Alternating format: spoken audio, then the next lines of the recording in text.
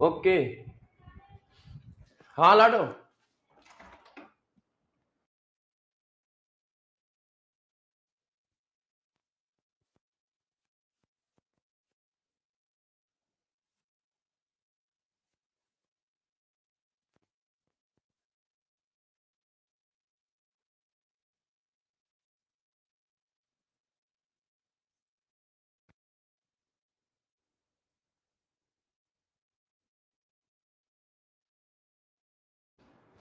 हाँ बच्चों, ऑडियो और वीडियो क्लियर है? बताओ भाई। Good morning, good morning, good morning. Yes yes yes yes yes yes yes.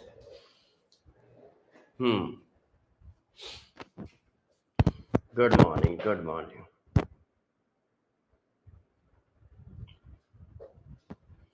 Yes,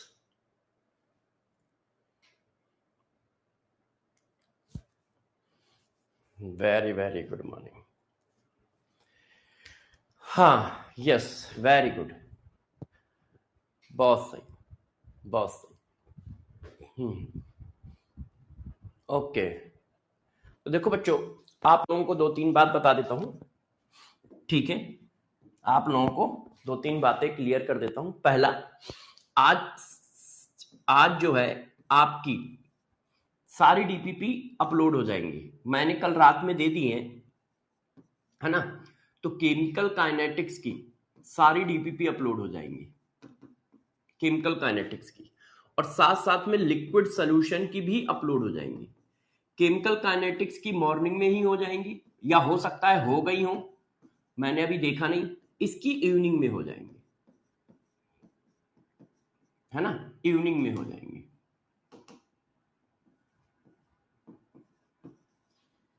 तो केमिकल काइनेटिक्स की आज सारी डीपीपी अपलोड हो जाएंगी, लिक्विड सोल्यूशन की भी जो बची हुई डीपीपी है वो भी अपलोड हो जाएंगी, और लिक्विड सोल्यूशन के वीडियो सोल्यूशन भी अपलोड हो जाएंगे। लिक्विड सोल्यूशन के वीडियो सोल्यूशन भी अपलोड हो जाएंगे, ठीक है? बिल्कुल परेशान ना हो। अच्छा, अब इसके बाद बात करते हैं किस बात की? तो इसके बाद बच्चों हम लोग जो डिस्कस करेंगे वो किस बात का करेंगे?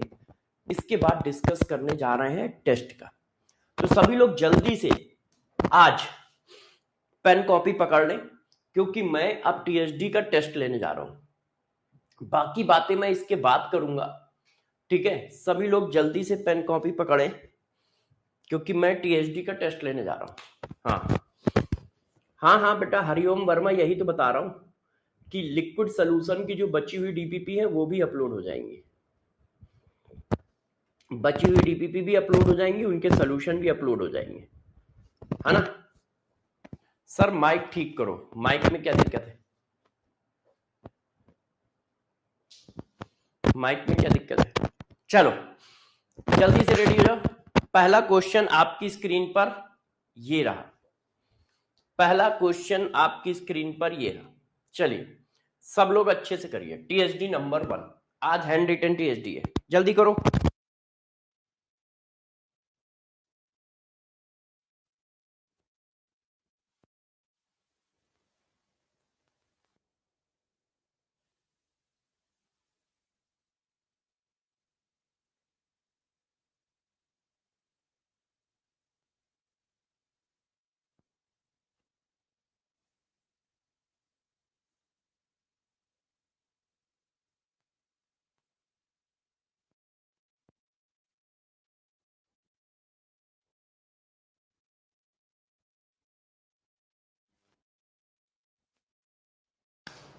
आंसर बताएं, सब लोग आंसर बताएं जल्दी जल्दी। पहला क्वेश्चन आपकी स्क्रीन पर ये रहा।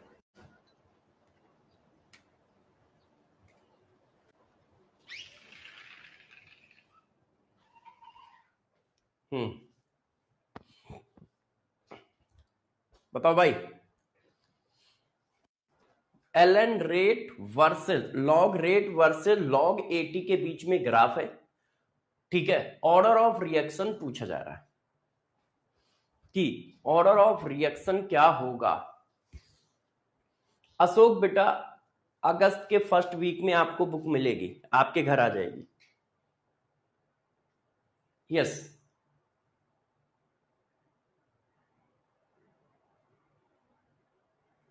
अब देखो बच्चों, इस क्वेश्चन का आंसर क्या होगा? nth ऑर्डर के रेट की इक्वेशन ये होती है,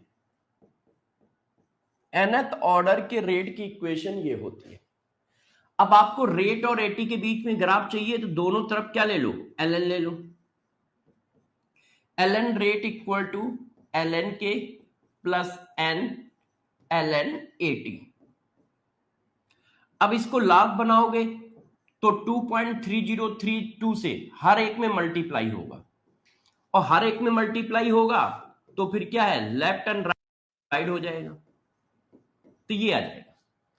यहां पर भी 2.30 से 32 से मल्टीप्लाई, यहां पर भी 2.3032 से मल्टीप्लाई, यहां पर भी 2.3032 से मल्टीप्लाई, तो 2.3032 लेफ्ट साइड का और राइट साइड का कैंसिल हो जाएगा। तो अब इस ग्राफ को आप कंपेयर करो, ये है वाई एक्सेस, ये है हमारा एक्स एक्सेस, तो ये हमारा हुआ स्लोप और ये हुआ सी। तो इसका मतलब जो स्लोप है वो हमारा एन है, एन मतलब ऑर्डर ऑफ रिएक्शन। तो जितना ज्यादा स्लोप उतना ज्यादा ऑर्डर। अब स्लोप किसका ज्यादा है, अब आप चेक कर लो कि किसका स्लोप ज्यादा है, इसका स्लोप ज्यादा है या इसका स्लोप ज्यादा है। तो ए का स्लोप ज्यादा है, तो ए का स्लोप ज्यादा है तो ए का ऑर्डर ज्यादा होगा, ए का स्लोप ज्यादा है तो ए का ऑर्डर ज्यादा होगा। यस, ए का स्लोप ज्यादा है तो ए का ऑर्डर ज्यादा होगा। ठीक है, हाँ, यस। अब चलो बच्चों, अगला क्वेश्चन आपकी स्क्रीन पर, टीएचडी नंबर 2 करिए, टीएचडी नंबर 2 करिए, आपको मैं टाइम देता हूं बहुत अच्छा खासा, करो।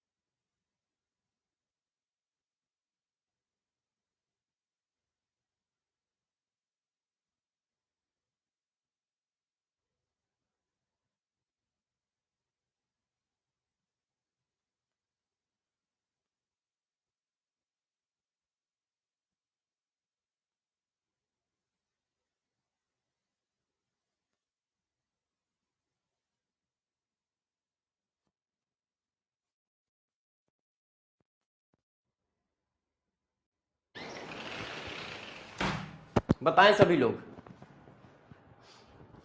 अच्छे से, क्या होगा? Suppose K for two reaction A and B are equal, concentration of reactant 2m each, if a is a zero and b is a first order reaction, then arrange rate of both reaction। बताओ क्या होगा?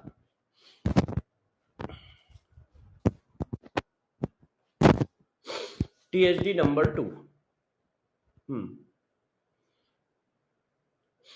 अब देखो, आपको rate पूछा जा रहा है तो किसी भी रिएक्शन के रेट की इक्वेशन ये होती है, ये। अब यदि ये जीरो ऑर्डर की रिएक्शन है तो रेट ये आया, अब यदि ये फर्स्ट ऑर्डर की रिएक्शन है तो रेट ये आया। अब जीरो ऑर्डर के रेट की वैल्यू है के और फर्स्ट ऑर्डर के रेट की वैल्यू है के इंटू 2। क्यों? कंसंट्रेशन कितना है? 2। तो इसका मतलब फर्स्ट ऑर्डर का रेट ज्यादा होगा जीरो ऑर्डर से। ये देखिए, फर्स्ट ऑर्डर का रेट ज्यादा होगा जीरो ऑर्डर से, तो फर्स्ट ऑर्डर कौन सी है? बी है, तो बी का रेट ज्यादा होगा ए से, बी का रेट ज्यादा होगा ए से। ठीक है, कह रहा प्लीज माइक ठीक कर लीजिए। क्यों भाई, माइक में इशू है क्या? कोई माइक में किसी तरह का इशू आ रहा है? दो में से किसके कितने सही बताओ? दो में से किसके कितने सही? ओके,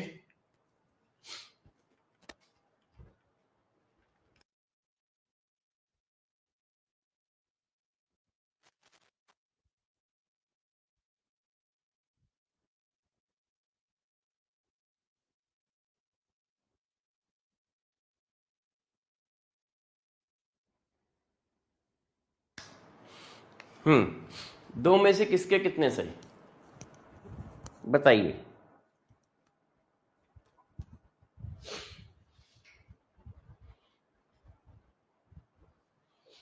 हाँ बेटे, yes, very good, very good, boss सही, बॉस सही, यस। तो बॉस सही। अब आप लोगों ने अपने सारे नंबर बता दिए कि भाई किसने कितना किया है। तो अब हम बात करने जा रहे हैं किस चीज की, जरा ध्यान दो, ठीक है। अब हम बात करेंगे नेक्स्ट की। अब नेक्स्ट हेडिंग क्या होगी, तो मुझे जरा लास्ट क्लास में बताओ। लास्ट क्लास में मैंने nth ऑर्डर पढ़ा दिया था आप लोगों को, है ना, और सेकंड ऑर्डर भी पढ़ा दिया था, और सेकंड ऑर्डर के ग्राफ बना दिए थे। बेटा रितु, आपका नेट बहुत वीक है, क्योंकि मैं दिखाई भी नहीं दे रहा हूं, सुनाई भी नहीं दे रहा हूं। तो आप पहले बाहर जाएं और फिर क्लास के अंदर वापस आए। होमवर्क दिया था HW में क्या दिया था ये नहीं पता है मेरे को, है ना। HW में मैंने क्या दिया था ये मुझे नहीं पता, याद नहीं है मेरे को भाई। चलो, अब मैं आगे स्टार्ट करता हूं। HW में जो दिया था वो अपने आप आ जाएगा। IIT एडवांस का कोई क्वेश्चन था, ओके। हाँ, तो वो क्वेश्चन करा दिया होगा ना आपको।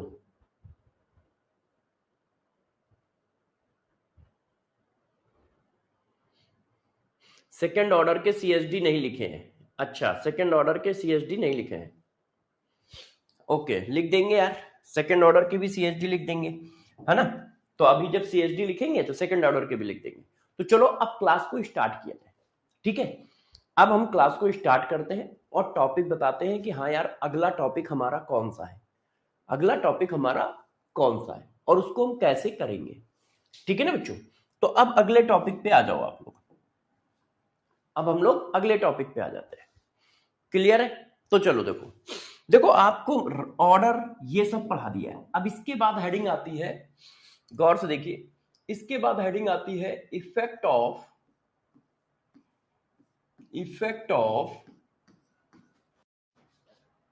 टेम्परेचर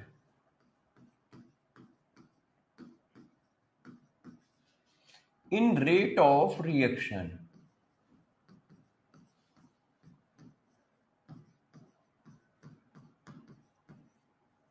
रेट ऑफ रिएक्शन पर टेम्परेचर का क्या इफेक्ट होता है। Effect of temperature in rate of reaction, rate of reaction पर टेम्परेचर का क्या इफेक्ट होता है। अब हम लोग इस पर डिस्कस करेंगे कि टेम्परेचर रेट ऑफ रिएक्शन को कैसे करता है।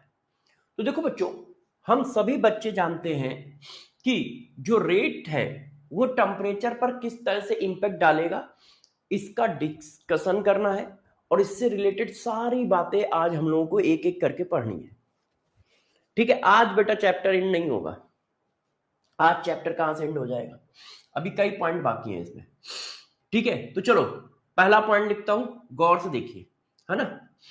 Rate of reaction, rate of reaction increases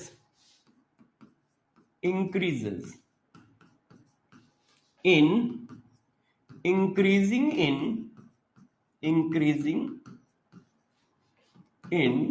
temperature. यदि आप टेम्परेचर बढ़ाओगे, यदि आप टेम्परेचर बढ़ाओगे तो रेट ऑफ रिएक्शन इंक्रीज करेगा। यदि आप टेम्परेचर बढ़ाते हो तो रेट ऑफ रिएक्शन इंक्रीज करता है। Rate of reaction increases in increasing of temperature. तो किसी ने कहा कितना इंक्रीज करेगा, कैसे पता चलेगा, इसकी कुछ डिटेल दो। तो डिटेल के लिए एक इक्वेशन आई जिसने इस चीज को एक्सप्लेन किया, ठीक है, वो है Arrhenius equation. Arrhenius equation. Arrhenius equation में यह बताया गया कि कितना टेम्परेचर बढ़ाओगे तो कितना रेट इंक्रीज होगा। ये देखो, ये इक्वेशन है। इसमें कौन कौन क्या है जरा समझिए एक एक करके। के है रेट कांस्टेंट। के क्या है बच्चों? Rate constant. ये देखिए, के जो है हमारा रेट कांस्टेंट है, ठीक है। के क्या है? रेट कांस्टेंट है।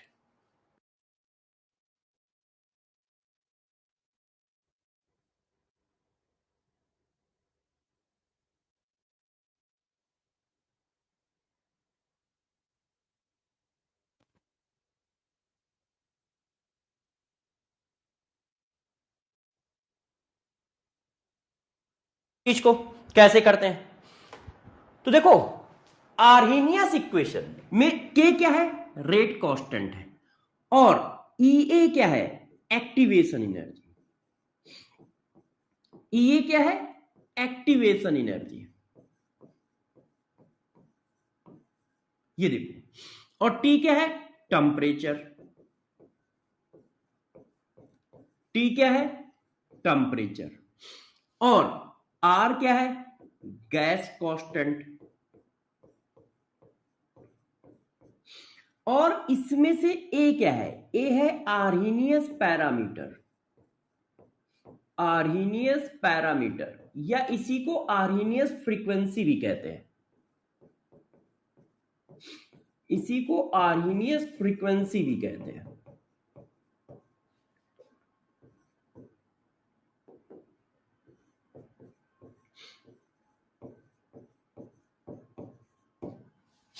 आर्हीनियस पैरामीटर या आर्हीनियस फ्रीक्वेंसी भी कहते हैं। तो ये देखो, तो हम लोगों ने क्या बात की कि जब आप टेम्परेचर बढ़ाओगे तो रेट ऑफ रिएक्शन बढ़ेगा। तो किसी ने कहा कैसे पता चलेगा कितना बढ़ेगा, कौन सी रिएक्शन बताएगी?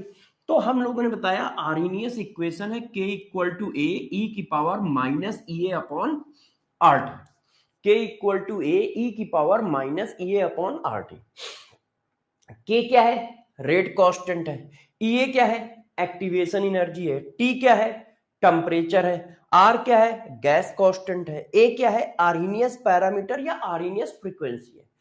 अब देखो यार, यदि इस इक्वेशन से हमें रेट के बारे में जानना है तो पहले इसके सारे टर्म को जानना पड़ेगा, जो जो टर्म हमें आते हैं, जो जो टर्म हमें नहीं आते। अब जैसे भाई गैस कांस्टेंट के बारे में तो हम जानते हैं कि एक कांस्टेंट होता है जिसकी वैल्यू ये होती है, मगर ये एक्टिवेशन एनर्जी क्या है इसके बारे में हम कुछ नहीं जानते हैं। जानते हो आप? देखो, इसके बारे में हम लोग कुछ नहीं जानते। रेट कांस्टेंट क्या होता है पीछे पढ़ के आए हैं कि रेट कांस्टेंट क्या होता है, मगर एक्टिवेशन एनर्जी के बारे में हम नहीं जानते हैं। तो हमें पहले एक्टिवेशन एनर्जी के बारे में पढ़ना होगा, फिर इस इक्वेशन में वापस आके इस इक्वेशन से रेट निकालना पड़ेगा कि भाई कितना टेम्परेचर बढ़ाओगे तो कितना रेट बढ़ेगा, कितना टेम्परेचर बढ़ाओगे तो कितना रेट बढ़ेगा। मगर उससे पहले मुझे इस हेडिंग के बारे में जानना होगा कि ये क्या चीज होती है। तो सभी बच्चे हेडिंग डालें एक्टिवेशन एनर्जी। सभी बच्चे क्या हेडिंग डालें? Activation energy. तो अब हम लोग एक्टिवेशन एनर्जी के बारे में पढ़ेंगे कि भाई ये एक्टिवेशन एनर्जी क्या है।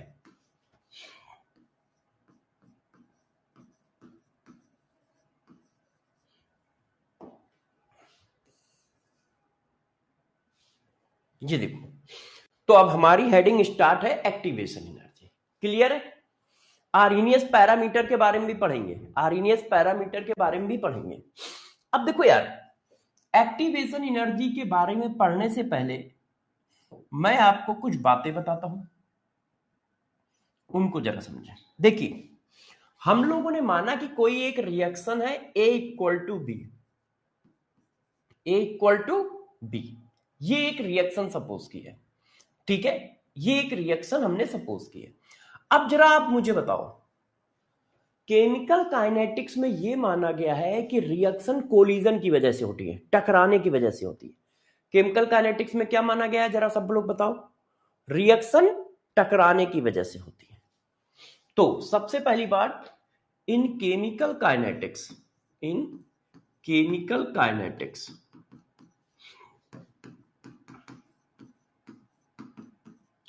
suppose reaction occurs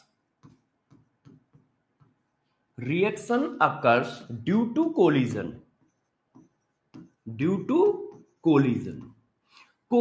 करने से रिएक्शन होती है। बच्चों ने कहा ठीक है, कोलिजन करोगे रिएक्शन होंगी।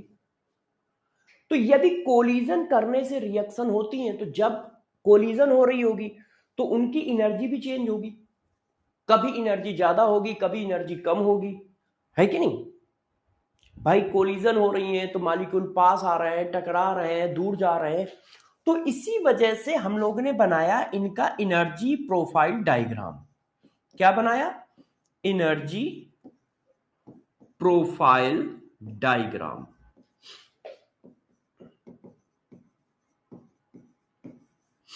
अब एनर्जी प्रोफाइल डायग्राम कैसे बनाया गया, जरा इसके बारे में आपको डिटेल देते हैं। इधर है टाइम और इधर है बेटा हमारी एनर्जी, पोटेंशियल एनर्जी जी। अब मान लो ये रिएक्टेंट था ऐसे, अब जब इसने रिएक्शन की तो इसकी एनर्जी बढ़ी और घटी, यहां पर आके प्रोडक्ट बना। ए रिएक्टेंट था, ठीक है, और एनर्जी बढ़ी, यहां पे आया। अब इससे देख के साफ समझ में आ रहा है कि ये रिएक्शन हमारी एंडोथर्मिक है। क्यों? क्योंकि एनर्जी बढ़ रही है, इसका मतलब उसने एनर्जी गेन की है, जो रिएक्शन मैंने मानी है वो एंडोथर्मिक है। क्यों? रिएक्टेंट की एनर्जी कम है, प्रोडक्ट की एनर्जी ज्यादा है। ये देखो, रिएक्टेंट की एनर्जी इतनी है और प्रोडक्ट की एनर्जी इतनी है, तो इसका मतलब प्रोडक्ट को कहीं से एनर्जी मिली है, और गेन ऑफ एनर्जी एंडोथर्मिक, है कि नहीं? क्लियर है? अच्छा, क्लियर है। अब जरा देखो यार, इस लाइन को मैंने ऐसे ड्रा कर दिया, ऐसे, ये देखिए। अब ये इस लाइन का पीक है, ये पॉइंट क्या है? ये पीक है। इस पॉइंट के इस साइड रिएक्टेंट है और इस पॉइंट के इस साइड प्रोडक्ट है। इस पॉइंट को बोलते हैं एक्टिवेशन कॉम्प्लेक्स, और ये डॉटेड लाइन को बोला जाता है थ्रेशोल्ड एनर्जी लेवल। इसको बोला जाता है थ्रेशोल्ड एनर्जी लेवल। अब जरा गौर से मेरी बातों को एक एक करके आप समझेंगे और बताएंगे, है ना? पहला पॉइंट, थ्रेशोल्ड एनर्जी लेवल, ये पॉइंट है, ये dotted line threshold energy level है, और ये जो है एक्टिवेशन कॉम्प्लेक्स है। एक्टिवेशन कॉम्प्लेक्स का मतलब क्या है? देखो, जो आप एक्टिवेशन कॉम्प्लेक्स वाला पॉइंट देख रहे हो, वो पॉइंट कुछ ये है। एक्टिवेशन कॉम्प्लेक्स पॉइंट पर क्या होता है? उस पर यह माना जाता है कि जब ए मॉलिक्यूल अपने दूसरे ए मॉलिक्यूल के साथ कोलिजन कर रहा है, ये देखो कोलिजन कर रहा है, तो अब कोलिजन में क्या पॉसिबिलिटी है? ये हेड टू हेड कोलिजन हो रहा है, ये कोलिजन हो रहा है, तो कोलिजन में क्या पॉसिबिलिटी है? एक मिनट,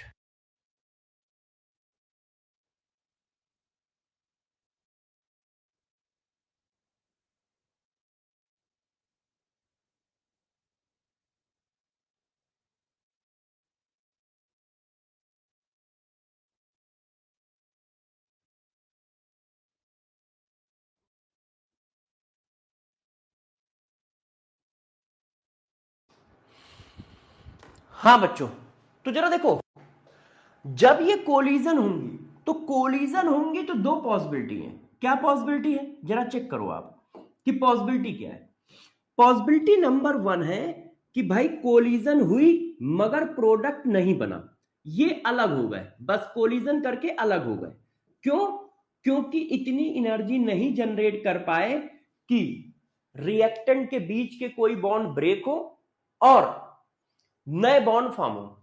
नहीं बेटा, रिश्तेदार नहीं है नेमो, आप लोगों का टेस्ट बनना है ना, तो वही एक सर का फोन आया था कि सर वो टेस्ट का सिलेबस तो दिया गया है, तो क्वेश्चन कैसे फॉर्म करने हैं उसके विषय में।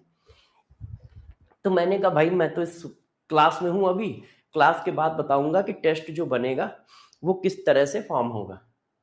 हर हफ्ते टेस्ट होते हैं, आपके बैच में है, मंथन बैच में इतने काम होते हैं ना कि सुबह बस उठो और बस। अब देखो, पहले मैं आपकी क्लास लूंगा, ठीक है? आपकी क्लास खत्म होती है कितने बजे? खत्म होती है जरा बताना, मुझे तो याद ही नहीं रहता, क्योंकि बस सुबह आ गया, रेलगाड़ी में बैठ गया, वो चलती चली जा रही है। 10:15 पे, हाँ 10:15 पे आपकी खत्म हुई, 10:45 पे चालू होती है मंथन 2.0। तो बस मैं आपकी क्लास खत्म करता हूं, पीपीटी निकालता हूं, क्लास नोट्स निकालता हूं, उनको अपलोड करता हूं, अपलोड करके उन मंथन 2.0 की पीपीटी लगाता हूं, तब तक 10:45 हो जाता है। अब मैं 10:45 में उनकी क्लास में चला जाता हूं, वो खत्म होती है 12:45 पे, वो खत्म होती है 12:45 पे। अब 12:45 पे खत्म हुई, फिर मैंने वही काम किया जो आपके यहाँ किया, तो 1 बजे मैं फ्री हो पाया 2 क्लास लेके। अब मैं नहाता धोता हूं क्लास, ठीक है, फिर उसके बाद लग जाता हूं दूसरी कामों में, ठीक है? आपके डीटीपी बननी है, टेस्ट सीरीज बननी है, बुक बन रही है, बुक तो बन हो चुकी है, ठीक है, फिर उनके वीडियो सोल्यूशन बनने हैं, फिर और बहुत सारी बातें हैं, और जो बैच चल रहे हैं उनके बारे में। अब सीधा ये पहुंच जाता हूं, ये सब करते करते टाइम निकल जाता है, फिर ऑफिस जाना, तो पता ही नहीं चलता है कि टाइम जाता कहां है। चलो कोई बात नहीं। अच्छा देखो, तो जब हेड टू हेड कोलिजन होगी तो हो सकता है कि कोलिजन हो मगर प्रोडक्ट ना बने। जैसे ये देखो, ए कोलिजन करके अलग हो गए, तो एक्टिवेशन कॉम्प्लेक्स ये सिचुएशन है। कोलिजन हुई, कोलिजन होके हो सकता है ए इधर आ जाए, प्रोडक्ट बनाए ना, और कोलिजन हुई हो सकता है वो प्रोडक्ट बना दे। यदि कोलिजन के दौरान उसने इतनी एनर्जी जनरेट कर दी, कोलिजन के दौरान उसने इतनी एनर्जी जनरेट कर दी कि ए के बॉन्ड ब्रेक हो जाए, तो कोलिजन इफेक्टिव कोलिजन है, उस कोलिजन से प्रोडक्ट आ गया, और प्रोडक्ट आ गया तो वो इधर खिसक गया। तो ये वो सिचुएशन है जहां पर ना तो वो रिएक्टेंट है ना वो प्रोडक्ट है। कोलिजन सक्सेस हो गई तो प्रोडक्ट बनेगा, कोलिजन अनसक्सेस हो गई तो फिर वो रिएक्टेंट में आ गया, फिर वो ए के फॉर्म में आ गया, अब फिर वो कहीं से दौड़ते दौड़ते आएंगे, फिर कोलिजन करेंगे, है ना? तो एक्टिवेशन कॉम्प्लेक्स ये पॉइंट है। अच्छा ठीक है, इतनी बात हम लोग मान गए। तो मैंने अभी तक ये बताया कि यार एक रिएक्शन का एनर्जी प्रोफाइल डायग्राम बनाया है, जिसमें रिएक्टेंट की एनर्जी ये है, प्रोडक्ट की एनर्जी है। आप रिएक्शन को एंडोथर्मिक भी मान सकते हो, एक्सोथर्मिक भी मान सकते हो। मैंने एंडोथर्मिक मान लिया है, मगर मान कुछ भी सकते हो। अब जरा देखो, इस रिएक्शन को इस एनर्जी लेवल पे पहुंचना है, ये थ्रेशोल्ड एनर्जी लेवल है। थ्रेशोल्ड एनर्जी लेवल पे यदि ये रिएक्शन पहुंच जाए तो प्रोडक्ट में कन्वर्ट हो सकती है। क्यों? क्योंकि प्रोडक्ट में कन्वर्ट होने के लिए ये एनर्जी लेवल चाहिए, इस पॉइंट तक का एनर्जी लेवल चाहिए। अब इस पॉइंट तक के एनर्जी लेवल तक पहुंचने के लिए इसको इतनी एनर्जी रिक्वायरमेंट है। रिएक्टेंट को कितनी एनर्जी रिक्वायर्ड है? इतनी एनर्जी रिक्वायर्ड है। क्योंकि प्रोडक्ट कब बनेगा? जब इस पॉइंट पर पहुंचोगे, इस पॉइंट से इधर जाओगे तब प्रोडक्ट बनेगा। तो इस पॉइंट पे पहुंचना जरूरी है, मगर इस पॉइंट पे पहुंचने के लिए रिएक्टेंट को कितनी एनर्जी चाहिए? इतनी एनर्जी चाहिए। ये जो रिक्वायर्ड एनर्जी है इसी को एक्टिवेशन एनर्जी कहते हैं। तो एक्टिवेशन एनर्जी क्या है? Minimum required energy to reach activation complex. Activation complex तक पहुंचने के लिए जो एनर्जी रिक्वायर्ड होती है रिएक्टेंट स्पीसीज को, उसी को एक्टिवेशन एनर्जी कहते हैं, उसी को एक्टिवेशन एनर्जी कहते हैं। हाँ, अभी मैं बात करूंगा, पहले पढ़ाते समय डिस्टर्ब नहीं। तो देखो, एक्टिवेशन एनर्जी क्या है? Total energy required, total energy required to reactant molecule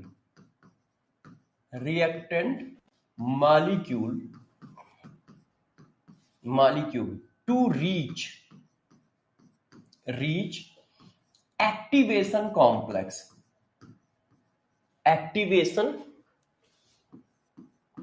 complex. और एक्टिवेशन कॉम्प्लेक्स वाली लाइन ही क्या है? Threshold energy level.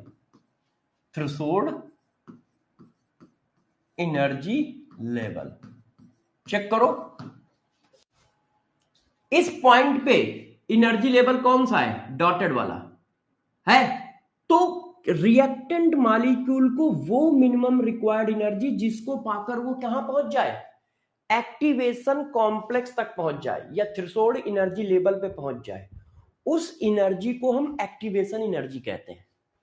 उस एनर्जी को हम क्या कहते हैं? एक्टिवेशन एनर्जी कहते हैं। ये देखो, total energy required to reactant molecule to reach activation complex या थ्रेशोल्ड एनर्जी लेवल। ये मिनिमम रिक्वायर्ड एनर्जी हमारी क्या है? एक्टिवेशन एनर्जी है। ये रिक्वायर्ड एनर्जी हमारी क्या है? एक्टिवेशन एनर्जी है। अब गौर सुनिए, इतनी एक्टिवेशन एनर्जी चाहिए। कितनी चाहिए? इतनी एक्टिवेशन एनर्जी चाहिए। और ये रिएक्टेंट की खुद की पोटेंशियल एनर्जी है जो उसके पास पहले से है, जो इसके पास पहले से है। तो कोई बच्चा बता सकता है थ्रेशोल्ड एनर्जी कितनी एनर्जी हुई? थ्रेशोल्ड एनर्जी कितनी एनर्जी हुई? यदि मैं पूछूं कि थ्रेशोल्ड एनर्जी की वैल्यू कितनी हुई, तो जरा देखो, activation energy plus potential energy of reactant plus potential energy of reactant, ये वैल्यू थ्रेशोल्ड एनर्जी हुई। देखो, है पोटेंशियल एनर्जी ऑफ रिएक्टेंट और एक्टिवेशन एनर्जी। अब इसको क्या नाम दोगे? रिएक्शन करते समय, रिएक्शन, गौर सुनना, एक्टिवेशन कॉम्प्लेक्स के पास जो एनर्जी होती है उसे थ्रेशोल्ड एनर्जी कहते हैं। एक्टिवेशन कॉम्प्लेक्स के पास जो एनर्जी होती है उसे थ्रेशोल्ड एनर्जी कहते हैं। अब बताओ, एक्टिवेशन, यहां पर कोई मॉलिक्यूल है, उसके पास कितनी एनर्जी है? इतनी एनर्जी तो है, वाई एक्सेस एनर्जी है ना। तो जब मॉलिक्यूल यहां पर होगा तो उसके पास कितनी एनर्जी होगी? इतनी एनर्जी। और यही एनर्जी थ्रेशोल्ड एनर्जी है। रिएक्टेंट मॉलिक्यूल के पास जो एनर्जी है वो उसकी सेल्फ की पोटेंशियल एनर्जी है। रिएक्टेंट मॉलिक्यूल को रिएक्शन करने के लिए जो एनर्जी चाहिए वो एक्टिवेशन एनर्जी है। कोलिजन करते समय रिएक्टेंट मॉलिक्यूल के पास जितनी एनर्जी है वो थ्रेशोल्ड एनर्जी है। और वो एनर्जी कितनी है? Activation energy plus potential energy. देखो, इस जगह पर कितनी एनर्जी है? ये और ये। क्लियर है? तो एक्टिवेशन एनर्जी, थ्रेशोल्ड एनर्जी क्या है? Total energy of reactant at activation complex point activation complex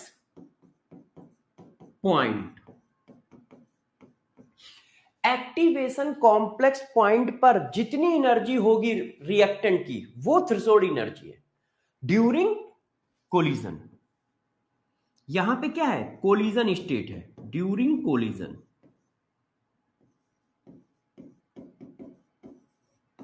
ये देखो, क्या ये बात समझ पा रहे हो? थ्रेशोल्ड एनर्जी कौन सी एनर्जी है, एक्टिवेशन एनर्जी कौन सी एनर्जी है, और रिएक्टेंट मॉलिक्यूल की पोटेंशियल एनर्जी कौन सी एनर्जी है। ये तीनों एनर्जी समझ पा रहे हो आप लोग? है ना? मैं ऐसे खड़ा हूं, मेरे पास जो इस समय एनर्जी है वो पोटेंशियल एनर्जी है। मैं रिएक्टेंट हूं, मेरे पास इस समय जो एनर्जी है वो पोटेंशियल एनर्जी है। अब मुझे रिएक्शन करनी है, तो रिएक्शन करने के लिए मुझे यहां तक की एनर्जी चाहिए, इस पॉइंट तक। तो इस पॉइंट तक पहुंचने के लिए जितनी एनर्जी की रिक्वायरमेंट है वो एक्टिवेशन एनर्जी है। अब मैं इस पॉइंट पे पहुंच गया, अब इस पॉइंट पर रिएक्टेंट मॉलिक्यूल के पास टोटल जितनी एनर्जी है वो थ्रेशोल्ड एनर्जी है, और वो एनर्जी क्या है? Activation energy plus potential energy. क्या ये बात क्लियर है सबको? यस, क्योंकि मैं अभी इन पे क्वेश्चन आएंगे, सुनते जाइएगा अच्छे से। तो बच्चों ने कहा हाँ सर क्लियर है। अच्छा, अब और देखो, ये बात तो मैंने बताई आपको कि हाँ भाई थ्रेशोल्ड एनर्जी क्या है, एक्टिवेशन एनर्जी क्या है। अब गौर से देखिए, इसी बात को थोड़ा और आगे ले चलते हैं, है ना? इसी बात को थोड़ा और आगे ले सकते हैं। फॉर रिवर्सेबल रिएक्शन, यदि मान लो कोई रिएक्शन रिवर्सेबल है, जो दोनों तरफ से होती है। रिवर्सेबल रिएक्शन का मतलब तो जानते ही हो आप लोग, ऐसी रिएक्शन जो दोनों साइड से हो, मतलब रिएक्टेंट प्रोडक्ट भी बनाएगा और प्रोडक्ट रिएक्टेंट भी बनाएगा। तो यदि कोई रिवर्सेबल रिएक्शन होगी तो फॉर एग्जांपल ये देखो, हम एक रिवर्सेबल रिएक्शन का ग्राफ बना देते हैं।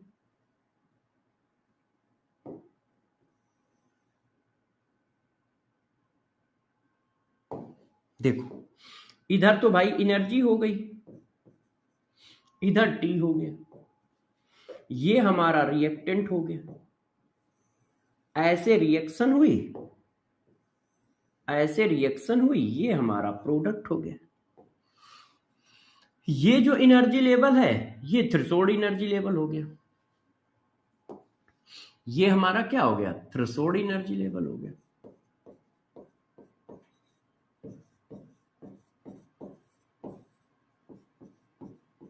ये देखो, अब क्या है? अब रिएक्शन कैसी है? रिवर्सेबल है, तो ए से बी जाने के लिए कितनी एनर्जी चाहिए? इतनी एनर्जी चाहिए। तो ये activation energy of forward direction हो गया। क्यों?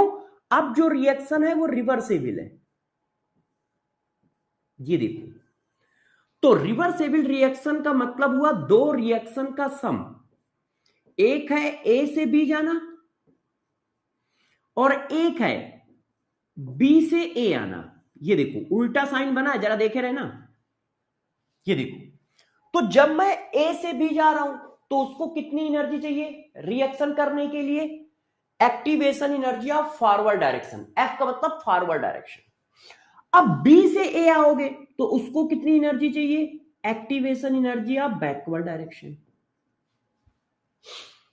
Activation energy of backward direction.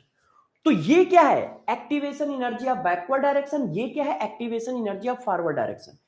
A से बी जाने के लिए ए रिएक्टेंट है, और जब ए रिएक्टेंट है तो ए को एक्टिवेशन एनर्जी कितनी चाहिए? ये इतनी चाहिए, गैप के बराबर। तो इसको नाम दिया गया activation energy of forward direction. अब बी से ए आने के लिए उसको इतनी एनर्जी चाहिए, उसको नाम दिया गया activation energy of backward direction. अब इन दोनों के गैप को जरा चेक करो, ये जो गैप है ये क्या है? देखो, रिएक्टेंट की पोटेंशियल एनर्जी ये लाइन है, प्रोडक्ट की पोटेंशियल एनर्जी की ये लाइन है कि नहीं है? देखो, अब रिएक्टेंट की पोटेंशियल एनर्जी और प्रोडक्ट की पोटेंशियल एनर्जी के बीच के गैप को क्या कहते हैं? Delta H, enthalpy of reaction. Reactant की पोटेंशियल एनर्जी और प्रोडक्ट की पोटेंशियल एनर्जी के बीच के गैप को क्या कहते हैं? Delta H. ये देखो है इंथैल्पी ऑफ रिएक्शन, इसी को क्या कहते हैं? Enthalpy of reaction. क्लियर? तो अब जरा एक एक करके देखते जाओ, एक एक करके आप देखते जाओ, ठीक है? डेल्टा एच क्या है? डेल्टा एच है enthalpy of reaction, enthalpy of reaction. Enthalpy of reaction इसी को बोलते हैं, इसी को बोलते हैं हीट ऑफ रिएक्शन, कि पूरी रिएक्शन में कितनी हीट रिलीज हुई, हीट ऑफ रिएक्शन, और वो इन दोनों के गैप के बराबर है ना? ये देखो, अच्छा यहां पर मैं इसको आगे ले चलता हूं, इसको क्या बोला गया है? इसको नाम दिया गया है activation energy of forward direction, activation energy of forward direction, forward direction.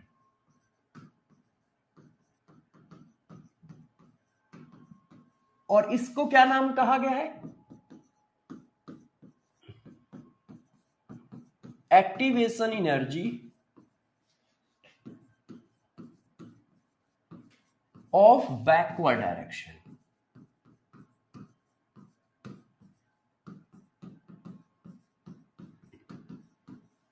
ये देखो, ठीक है। अब डेल्टा एच की वैल्यू चेक करो। डेल्टा एच की वैल्यू यदि आप अच्छे से देखो तो इन दोनों के गैप के बराबर है। चेक करिए,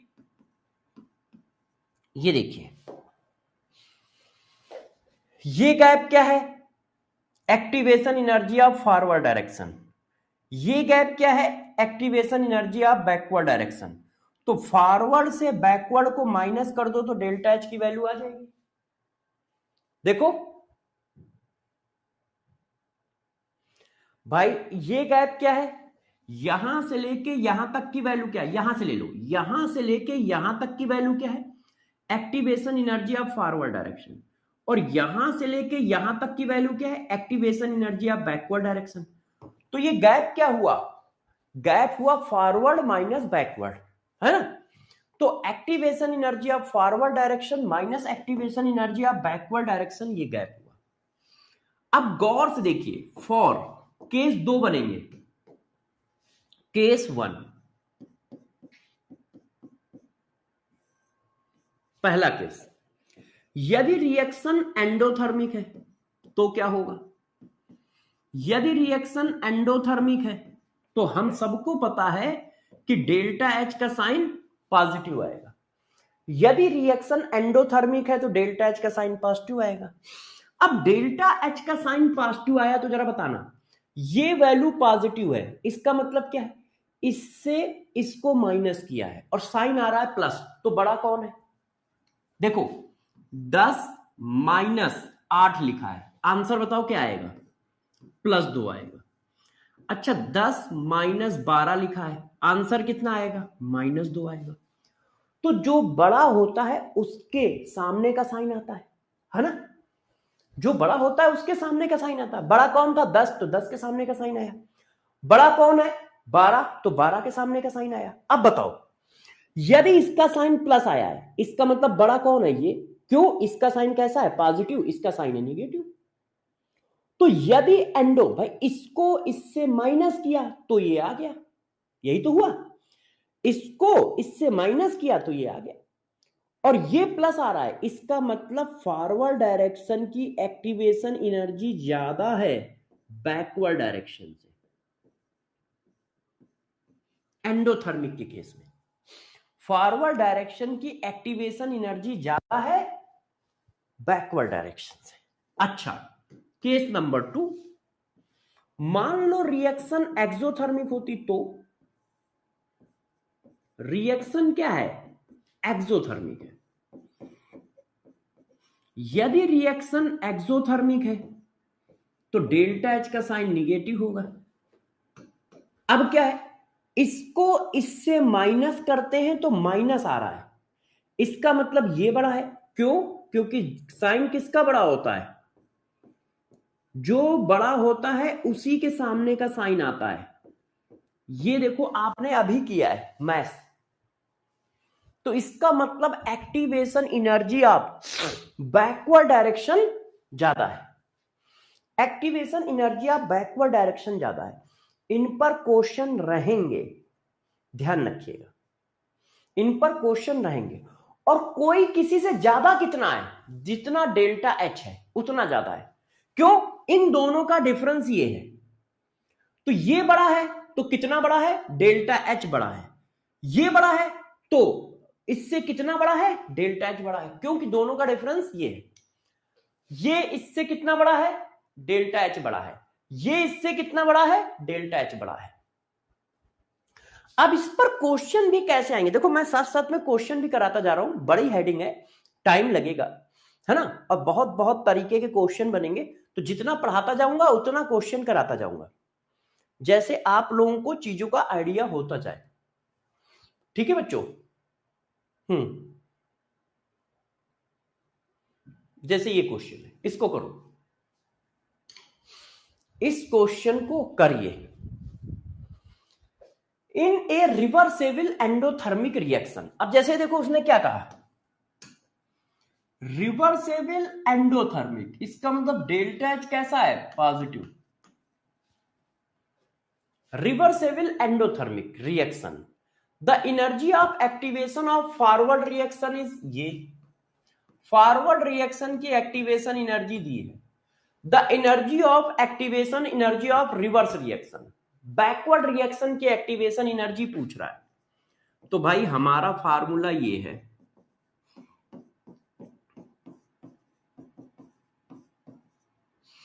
इसकी वैल्यू पॉजिटिव है ना, तो डेल्टा एच इक्वल टू ये 50 है और ये ऐसे है। तो बैकवर्ड डायरेक्शन की एक्टिवेशन एनर्जी कितनी आ गई, 50 minus delta H. Backward direction की एक्टिवेशन एनर्जी फॉरवर्ड डायरेक्शन से कम होगी, तो कितनी होगी, लेस देन 50 होगी, ग्रेटर देन नहीं हो सकती, सिर्फ लेस देन 50 होगी। क्यों भाई, इसकी वैल्यू कैसी है, पॉजिटिव है, जब पॉजिटिव है तो इधर जाएगा माइनस हो जाएगा। अब आप देख लो, जब 50 में कुछ कम करोगे तब ये वैल्यू आएगी, इसका मतलब 50 बड़ा है? बात समझ रहे हो? और ये पीवाईक्यू है, इसका मतलब ऐसे क्वेश्चन एग्जाम में आते हैं। कोई बच्चे कहे सर ऐसे क्वेश्चन आते भी हैं क्या, तो मैंने कहा लो भाई देख लो आते हैं कि नहीं आते हैं। अब इसका आंसर बताओ सब लोग, सारे बच्चे इसका आंसर बताइए, है ना। मैं यार बोतल में पानी लेके आता हूं, पानी नहीं है।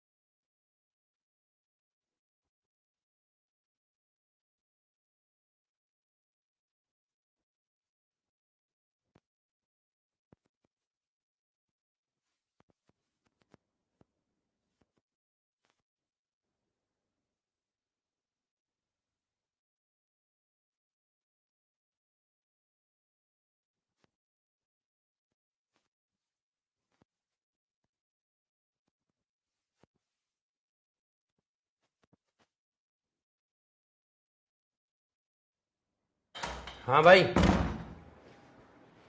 आंसर आया?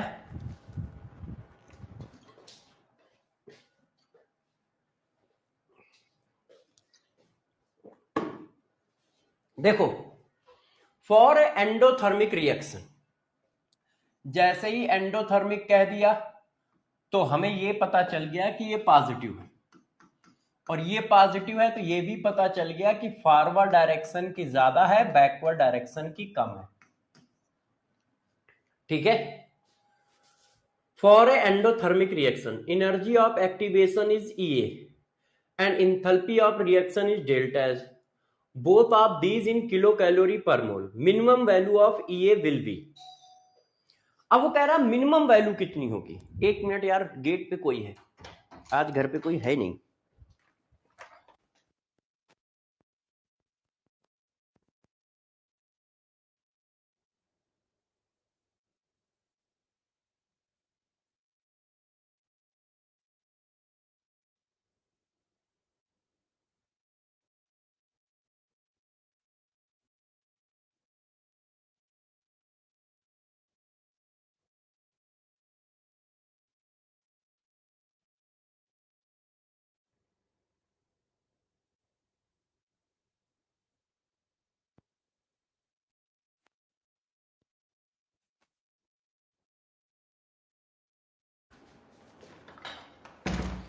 हाँ बच्चों, तो अब कह रहा है minimum value of EA। EA की मिनिमम वैल्यू कितनी हो सकती है? EA की मिनिमम वैल्यू कितनी हो सकती है? तो अब आप मुझे बताओ कि EA की मिनिमम वैल्यू कितनी हो सकती है। हमारा ये फार्मूला है, हमारा ये फार्मूला है, ये देखो। ठीक है। तो यदि एक्टिवेशन एनर्जी की बात करें तो भाई एक्टिवेशन एनर्जी हमारी ये आ रही है, इसको इधर ले आओ, ये। तो less than delta H, equal to delta H, more than delta H, equal to 0। अब एक्टिवेशन एनर्जी की मिनिमम वैल्यू क्या है? डेल्टा एच में कुछ जुड़ रहा है, तो मोर than delta H. Activation energy की मिनिमम वैल्यू क्या है? डेल्टा एच में कुछ जुड़ रहा है। भाई ये वैल्यू 0 थोड़ी हो सकती है, कैन नॉट 0, ये वैल्यू 0 नहीं हो सकती है। प्रोडक्ट को रिएक्टेंट बनाने के लिए भी तो कुछ एनर्जी चाहिए होगी, और यदि उसको कोई एनर्जी नहीं चाहिए होगी तो रिएक्शन आगे से पीछे क्यों होगी? पीछे से आगे होगी ना, है कि नहीं भाई? कोई भी एक्टिवेशन एनर्जी 0 नहीं होगी, ध्यान रखिएगा। तो जरा देखो, उसको एक्टिवेशन एनर्जी से कुछ ज्यादा एनर्जी जरूर चाहिए होगी। अब कितनी ज्यादा चाहिए नहीं पता है, मगर एक्टिवेशन एनर्जी से ज्यादा चाहिए। क्लियर है सबको ये बात? अब देखो, आपने कहा नहीं एक क्वेश्चन और पूछो। अब ये सब आपके एग्जाम के क्वेश्चन है, इसका मतलब ये पॉइंट इंपॉर्टेंट है। The activation energy of a simple chemical reaction A equal to B is EA in forward direction. The activation energy of reverse direction is। अब फॉरवर्ड डायरेक्शन की एक्टिवेशन एनर्जी दी है, अब reverse direction की पूछ रहा है, तो भाई रिवर्स डायरेक्शन की एक्टिवेशन एनर्जी कितनी आई? Forward direction minus delta H. अब प्रॉब्लम यह है कि पूरी रिएक्शन में यह नहीं बताया गया है कि यह एंडोथर्मिक है या एक्सोथर्मिक, चेक करो। तो हमें इसका साइन नहीं पता है इसका। यदि ये एंडोथर्मिक है तो प्लस साइन होगा, प्लस साइन होगा तो एक्टिवेशन एनर्जी जो चाहिए होगी वो बैकवर्ड डायरेक्शन को जो एक्टिवेशन एनर्जी चाहिए होगी वो फॉरवर्ड डायरेक्शन से कम चाहिए होगी। क्यों? क्योंकि भाई साइन प्लस है तो ये माइनस हो रहा है ना, इसमें कुछ कम करो तब इसके बराबर आ रहा है। मगर यदि ये माइनस हुआ तो क्या होगा? माइनस हुआ तो जुड़ जाएगा, इस पर माइनस साइन रखोगे तो माइनस माइनस प्लस हो जाएगा, तो इससे ज्यादा एनर्जी चाहिए होगी।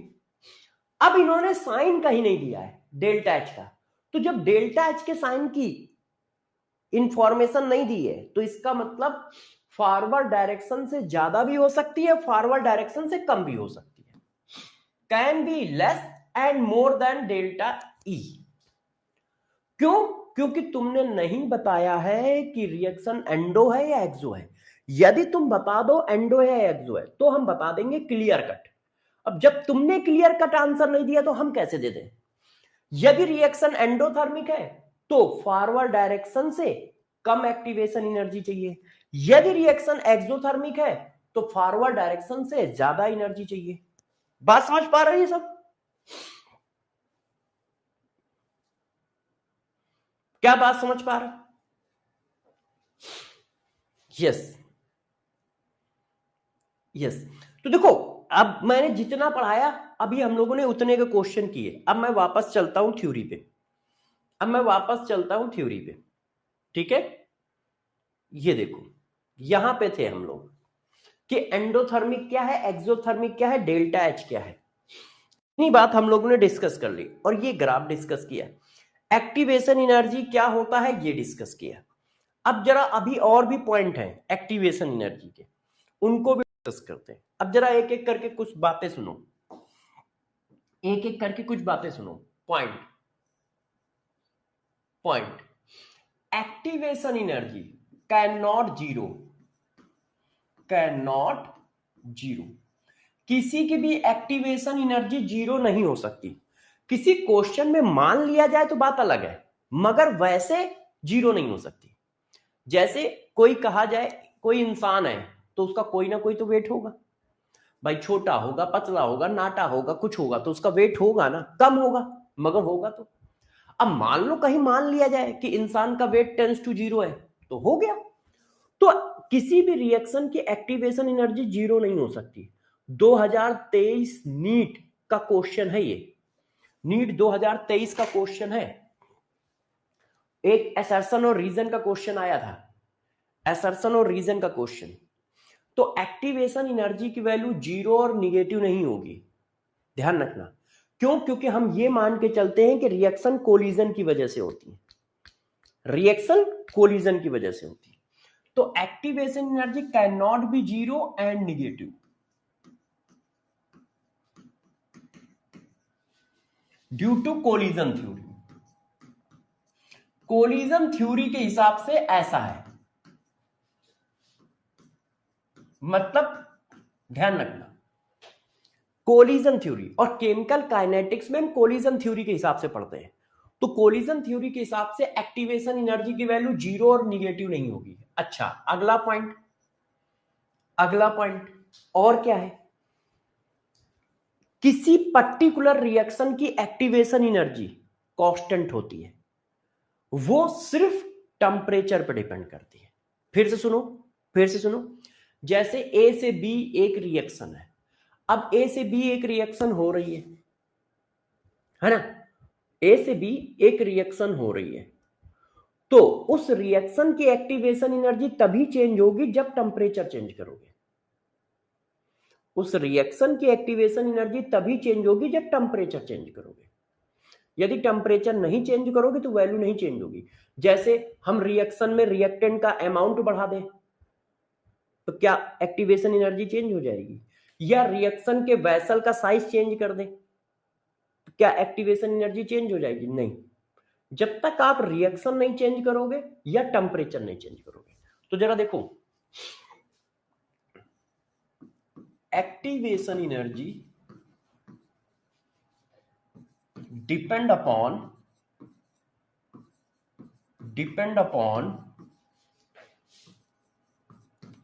टेम्परेचर। अब यहां पे जरा गौर सुनना, टेम्परेचर थ्योरेटिकली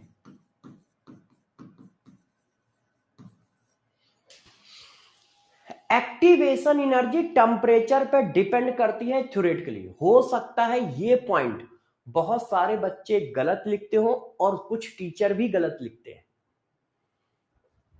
कि एक्टिवेशन एनर्जी टेम्परेचर पे डिपेंड करती है, तो लोग लिखते हैं नहीं करती है, कुछ टीचर भी लिखते हैं और बच्चे भी गलत बताते हैं। मगर ध्यान रखना, एक्टिवेशन एनर्जी थ्योरेटिकली टेम्परेचर पर डिपेंड करती है।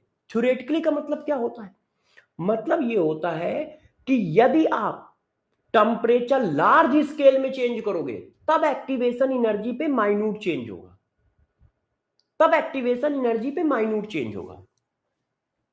एक्टिवेशन एनर्जी टेम्परेचर पे डिपेंड करती है, ठीक है। मगर देखो मैं लिख दे रहा हूं, ठीक है, बट क्वेश्चन और देखते जाओ मैं क्या लिख रहा हूं, और प्रूफमेंट, किसी तरह का प्रूफ करते टाइम हम एक्टिवेशन एनर्जी को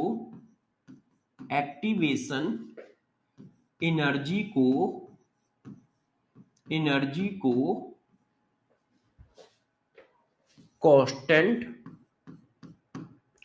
सपोज करके चलते हैं, सपोज करके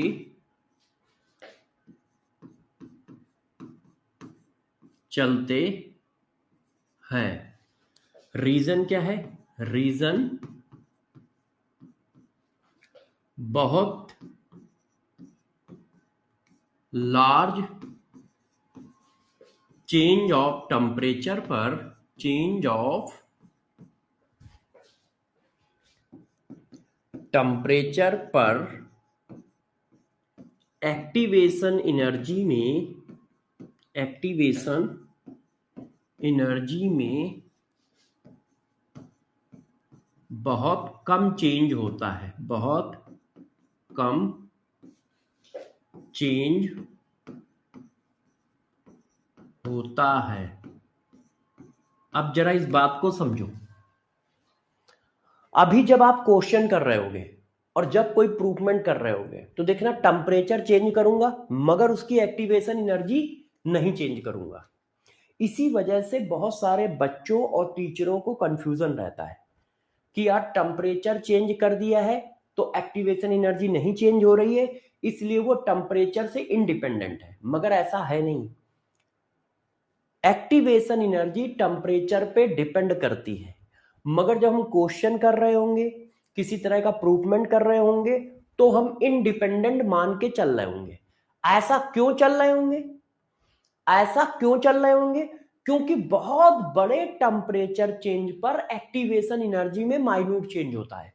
तो कैलकुलेशन को इजी करने के लिए, है ना, हम लोग ऐसा करके निकाल देते हैं क्योंकि बहुत बड़ा इंपैक्ट नहीं आएगा उसका। क्यों? क्योंकि टेम्परेचर चेंज होने पर बहुत माइन्यूट चेंज हुआ है, इसलिए ऐसा करते हैं। बट क्वेश्चन और प्रूफमेंट करते टाइम हम एक्टिवेशन एनर्जी को कांस्टेंट सपोज करके चलते हैं। रीजन, बहुत लार्ज चेंज ऑफ टेम्परेचर पर एक्टिवेशन एनर्जी में बहुत कम चेंज होता है। बात समझ पाए? इसी वजह से यदि कहीं क्वेश्चन ऐसा है, क्या एक्टिवेशन एनर्जी टेम्परेचर पे डिपेंड करती है, तो हम कहेंगे यस। और यही बात जब क्वेश्चन कर रहे होंगे तो डिनाई करके चल रहे होंगे। जरा गौर से समझना, जब हम क्वेश्चन करके चल रहे होंगे तो डिनाई करके चल रहे होंगे।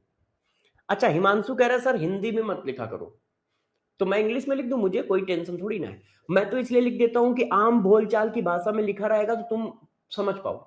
देखो, मुझे लोगों को नहीं दिखाना है, मुझे दिखाना है कि हम दोनों, मैं जो बताऊं उसकी 99.99% बातें आपको अच्छे से हजम हो, और जब आप दोबारा रिवाइज करो तो उसको बहुत अच्छे से समझ जाओ, बस।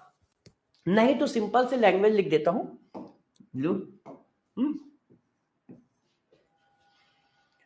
देखो, but in solving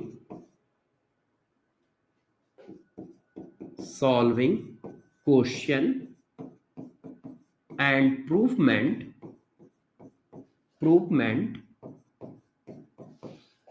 we suppose activation energy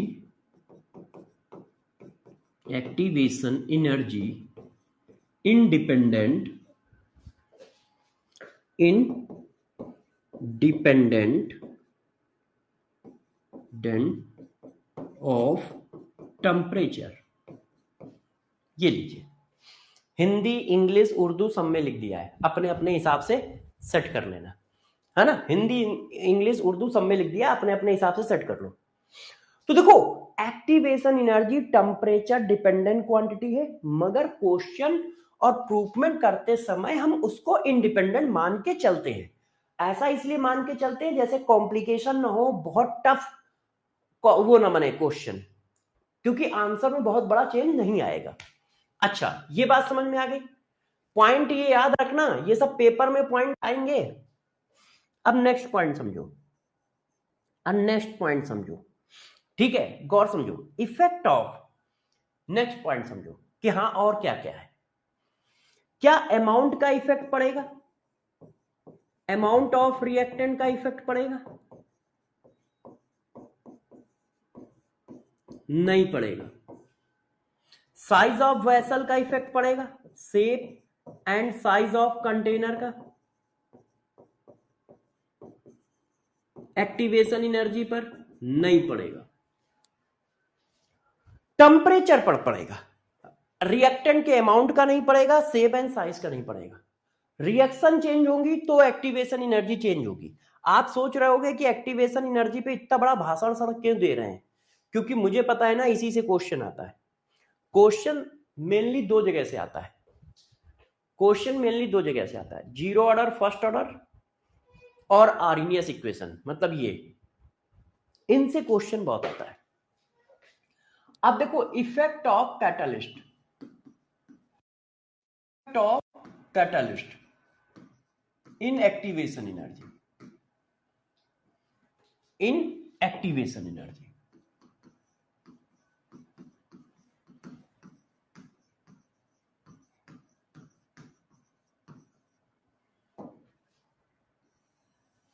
ये देखिए, अब कैटलिस्ट कैसा इफेक्ट डालता है, बताओ सब लोग, सभी बच्चे बताएं, कैटलिस्ट किस तरह का इफेक्ट डालता है।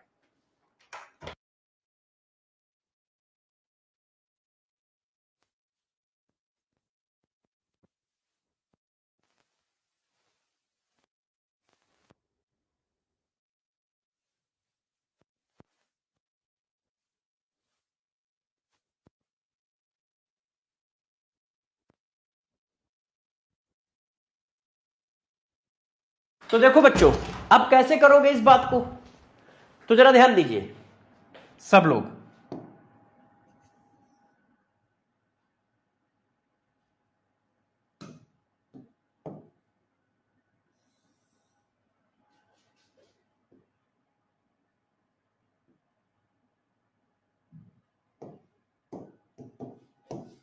अब देखिए बच्चों, गौर से देखिएगा,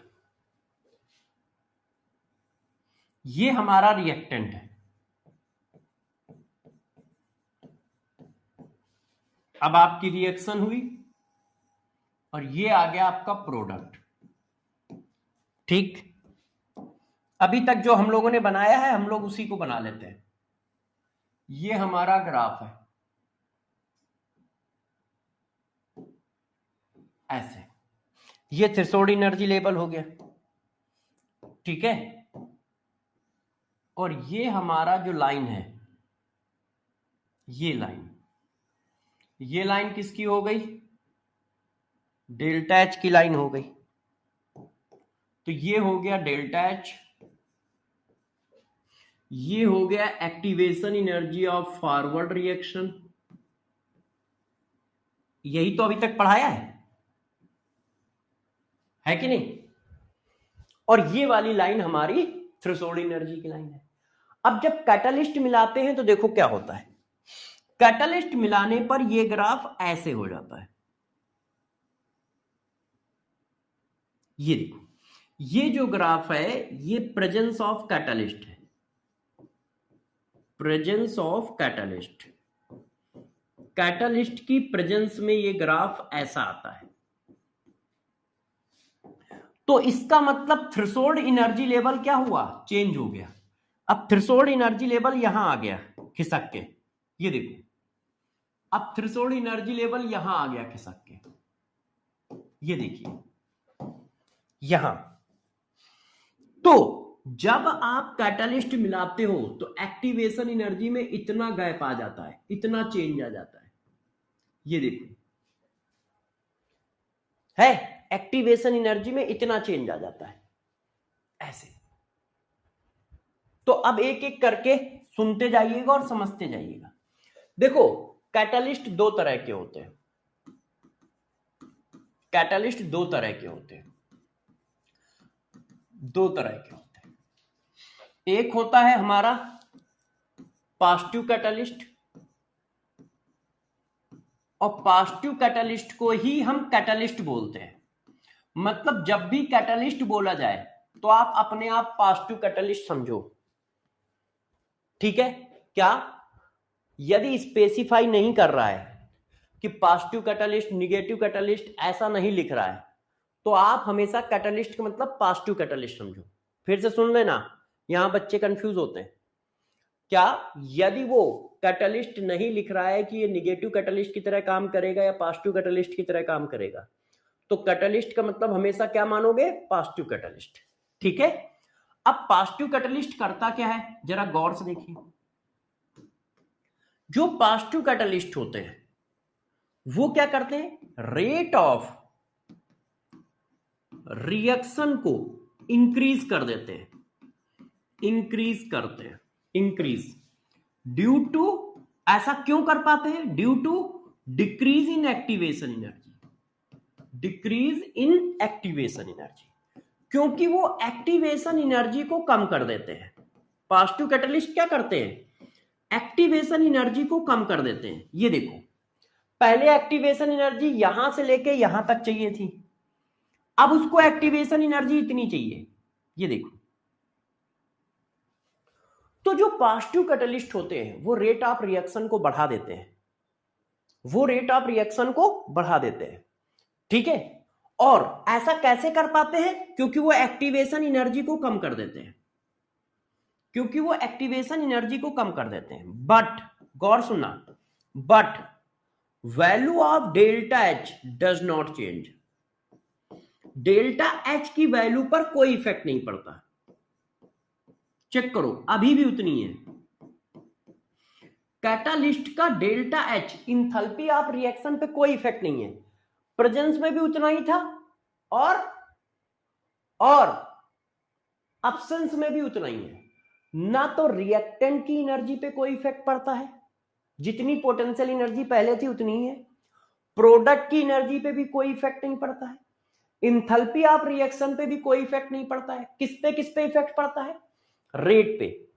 रेट ऑफ रिएक्शन बढ़ जाता है, रेट ऑफ रिएक्शन बढ़ जाता है, एक्टिवेशन एनर्जी कम हो जाती है। ये देखो रेट ऑफ रिएक्शन बढ़ जाता है, एक्टिवेशन एनर्जी कम हो जाती है। और देखो टाइम रिक्वायर्ड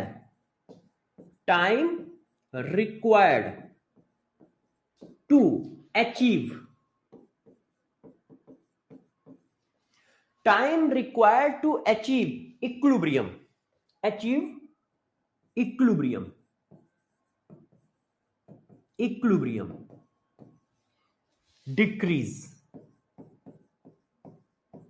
डिक्रीजेस। जैसे अभी 5 मिनट में इक्विलिब्रियम आ रही थी, तो कैटालिस्ट की प्रेजेंस में 3 मिनट में इक्विलिब्रियम आ जाएगी।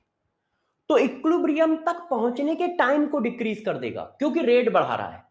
मगर जहां पे इक्विलिब्रियम आती है वहीं पे इक्विलिब्रियम आएगी, ओके।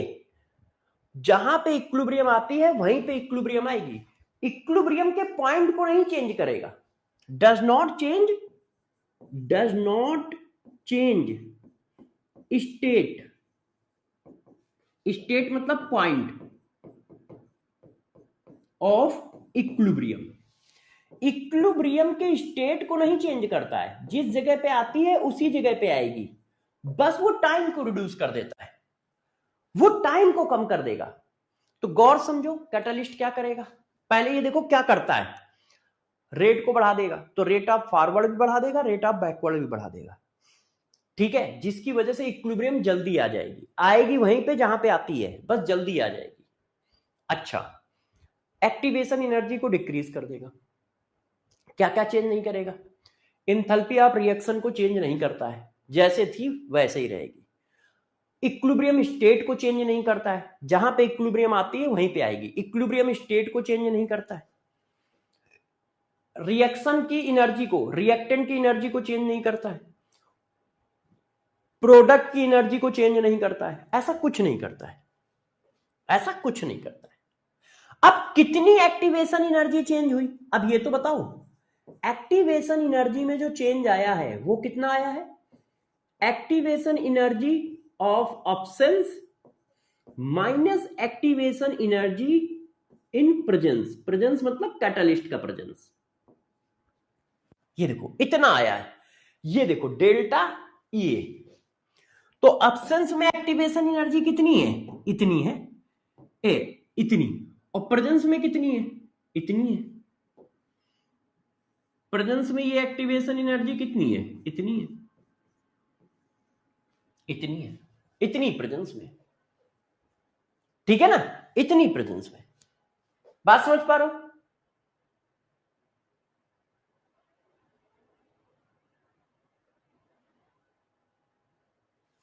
क्या ये बात समझ पाए? तो ध्यान रखना, जब वो कैटलिस्ट का इफेक्ट का है, इसका मतलब पॉजिटिव कैटलिस्ट की बात चल रही है। निगेटिव कैटलिस्ट एक्टिवेशन एनर्जी को बढ़ा देते हैं और रेट ऑफ रिएक्शन को डिक्रीज कर देते हैं। निगेटिव कैटलिस्ट क्या करते हैं? एक्टिवेशन एनर्जी को बढ़ा देते हैं और रेट ऑफ रिएक्शन को डिक्रीज करते हैं। मगर कैटलिस्ट का मतलब ही हमेशा पॉजिटिव कैटलिस्ट होता है, जब तक वो स्पेसिफाई ना करे। और वो स्पेसिफाई नहीं करता है, वो स्पेसिफाई नहीं करता है। मतलब हम कैटलिस्ट का मतलब पॉजिटिव कैटलिस्ट मान के ही चल रहे होते हैं। इतनी बात क्लियर है? ये सारे पॉइंट क्लियर हैं सबको? कोई दिक्कत तो नहीं है? एक्टिवेशन एनर्जी हम लोगों ने पढ़ी। अब एक्टिवेशन एनर्जी पे कुछ और क्वेश्चन करते हैं, अभी क्वेश्चन नहीं हुए हैं। देखो, मान लो एक हमारी रिएक्शन है कुछ ऐसी, ए से बी। ए से बी एक रिएक्शन है जिसकी मैकेनिज्म ये है, गौर सुनो, जिसकी मैकेनिज्म ये है, ए से ए स्टार, ए स्टार से बी स्टार और बी स्टार से बी। इसकी एक्टिवेशन एनर्जी E1 है, इसकी एक्टिवेशन एनर्जी E2 है, इसकी एक्टिवेशन एनर्जी E3 है।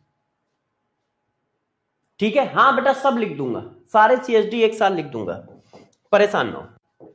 अब इसके बाद CSD लिखूंगा। अब इसका एनर्जी प्रोफाइल डायग्राम ये है।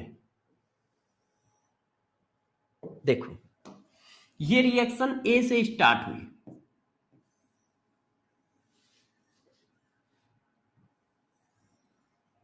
ये जाके खत्म हो गई बी पे, ऐसे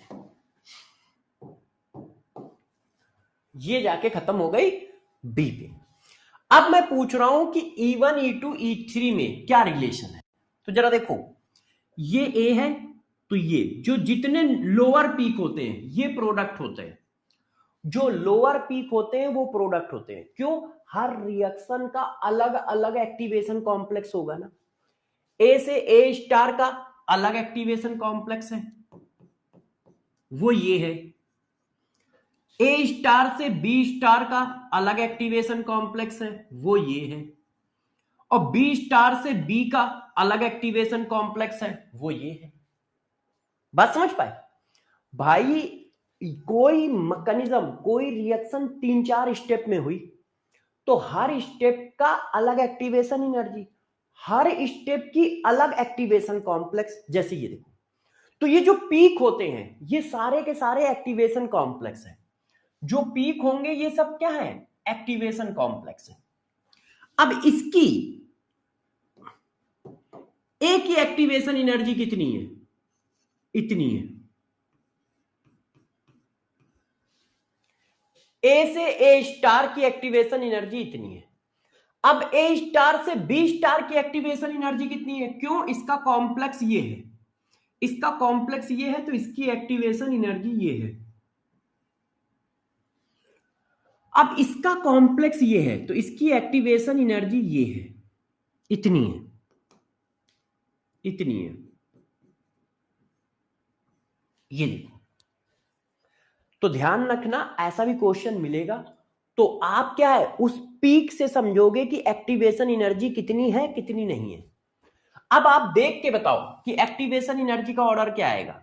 सबसे ज्यादा एक्टिवेशन एनर्जी कौन है, 2, फिर कौन है 1, फिर कौन है 3,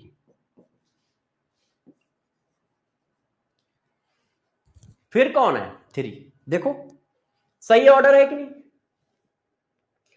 तो क्वेश्चन में पूछा जाएगा, ये क्वेश्चन में ये सारी बातें पूछी जाएंगी, तो आपको ये ध्यान रखना होगा कि हाँ यार किस तरह से निकालना है किसकी एक्टिवेशन एनर्जी। जैसे देखो मैं अब इस क्वेश्चन को न्यूमेरिकल फॉर्म में आपको देता हूं, अभी मैंने क्या किया था समझाया है, अब मैं देता हूं, देखिए ठीक है। ए से बी ये reaction, the energy profile diagram is given calculate activation energy of A star to B star reaction, और रिएक्शन मैकेनिज्म आपको दिए, ए से A star E1 activation energy, A star से B star E2 activation energy, और B star से B E3 activation energy. और इसका energy profile diagram मैंने ये बना दिया आपके लिए।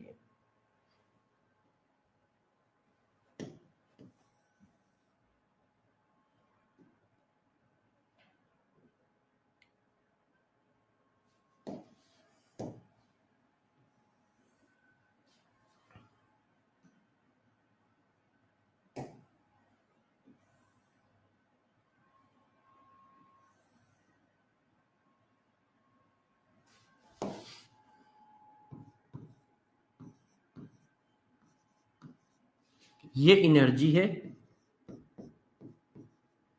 इन जूल और ये टाइम है। अब देखो रिएक्शन स्टार्ट होती है और ये ग्राफ है, ये जो है वो ग्राफ है, ये रिएक्टेंट है ए और ग्राफ ऐसे चल रहा है।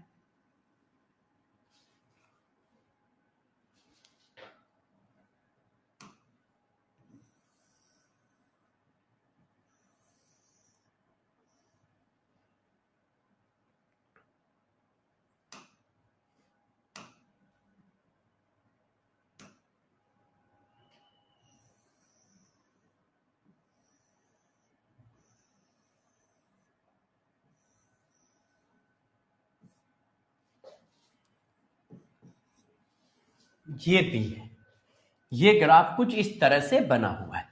ऑप्शन मैंने दे दिया, 20 जूल, 10 जूल, 15 जूल, 30 जूल। बताओ भाई, सब लोग बताएं कि ए स्टार से बी स्टार की एक्टिवेशन एनर्जी कितनी होगी इस ग्राफ को देखते हुए। तो पहले तो तुम्हें यह पकड़ना पड़ेगा कि ए स्टार से बी स्टार वाली रिएक्शन कौन सी है। ए से ए स्टार से बी स्टार से बी, तो तुम्हें सबसे पहले रिएक्शन पकड़नी पड़ेगी कि वो रिएक्शन का ग्राफ इसमें है कौन सा। ये तो पूरी ए से बी रिएक्शन का ग्राफ है, देखो ए से चालू हुआ और बी तक गया, ये तो पूरी ए से बी रिएक्शन ग्राफ है। इसमें से ए स्टार से बी स्टार वाला स्टेप कौन है, सबसे पहले ये पकड़ो। ए स्टार से बी स्टार वाला स्टेप कौन है, वो कैसे पकड़ में आएगा, मैंने आपको बता रखा है। ये देखो एक पीक बना, एक पीक के बाद जो बॉटम होगा वो प्रोडक्ट होगा। एक पीक बना, एक पीक के पास जो बॉटम होगा वो प्रोडक्ट होगा, मतलब ए स्टार से बी स्टार वाला ये वाला है, तो ये एनर्जी चाहिए अपने को। क्यों? क्योंकि इस रिएक्शन की एक्टिवेशन एनर्जी ये गैप है ना, तो आपको ये एनर्जी चाहिए। ये 20 है, ये 10 है, 30 है, तो बीच का गैप कितना है? बीच का गैप कितना है? 30 माइनस 10, 30 माइनस 20 बराबर 10 जूल। बात समझ पाए?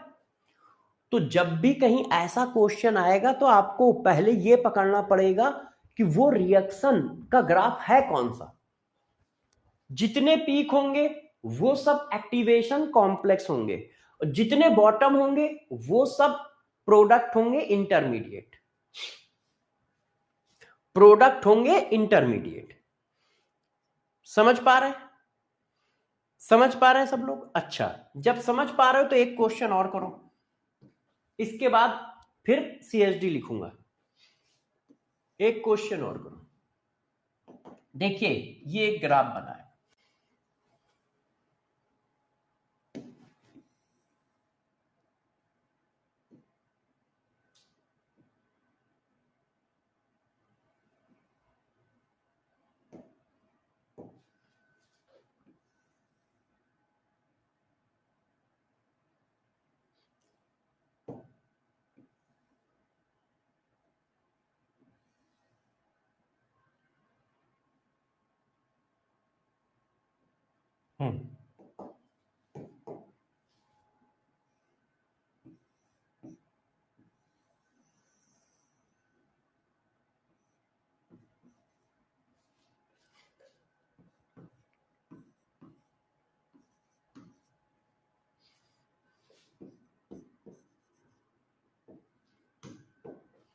ठीक है।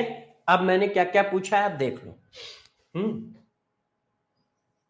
पहला क्वेश्चन, एक एक करके मैं आपसे सारी बातें पूछ रहा हूं। पहला question, calculate activation energy of forward reaction. बताओ, ऑप्शन मैंने दे दिए हैं 10,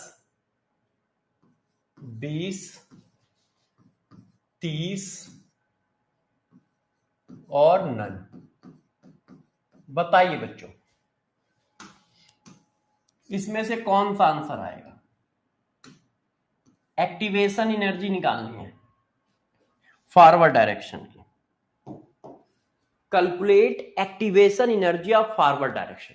ग्राफ को देख के बताइए, वो क्या क्या पूछ सकता है मैं सब पूछ लूंगा एक एक करके। तो देखो, फॉरवर्ड डायरेक्शन का मतलब होता है ए से बी, तो ए से बी की एक्टिवेशन एनर्जी ये गैप है, ए से बी की एक्टिवेशन एनर्जी ये गैप है। अब ये गैप कितना है? ये 30 है, ये 10 है, तो गैप कितना है? 20। तो इसका आंसर तो ये आ गया, है कि नहीं? अब अगला question, calculate activation energy of backward direction. Activation energy of backward direction. अब बताइए, बैकवर्ड डायरेक्शन की एक्टिवेशन एनर्जी, भाई ए से बी फॉरवर्ड है, बी से ए बैकवर्ड है, तो बी से ए का गैप कितना है? ये गैप है, ये गैप है, ये फॉरवर्ड। तो आंसर कितना है? ये है आंसर। कितना है? ये। अब मैंने इसको फिर कॉपी कर लिया।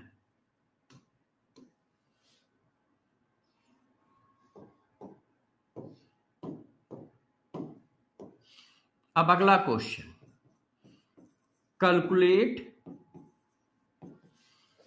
Heat of reaction. बताओ, हीट ऑफ रिएक्शन बताओ।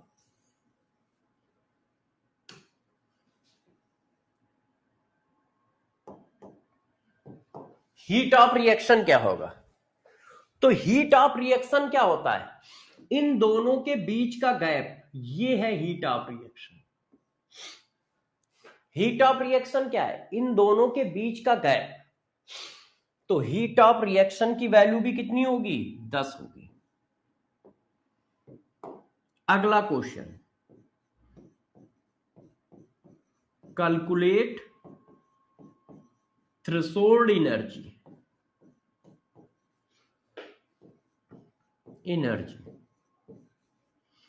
बैरियर या लेवल।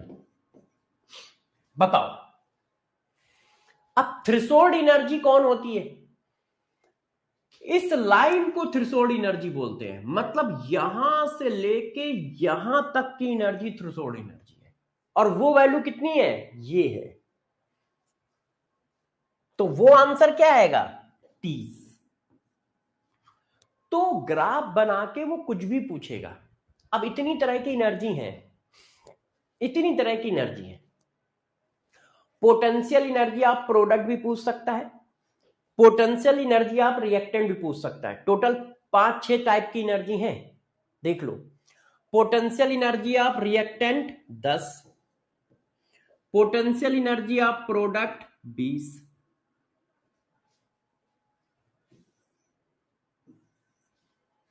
ठीक है ना? यस। चलो अब बात करते हैं सीएचडी की।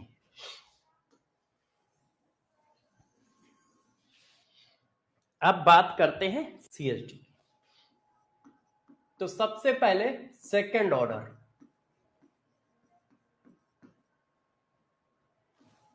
तो सेकंड ऑर्डर की रिएक्शन है रेट इक्वल टू के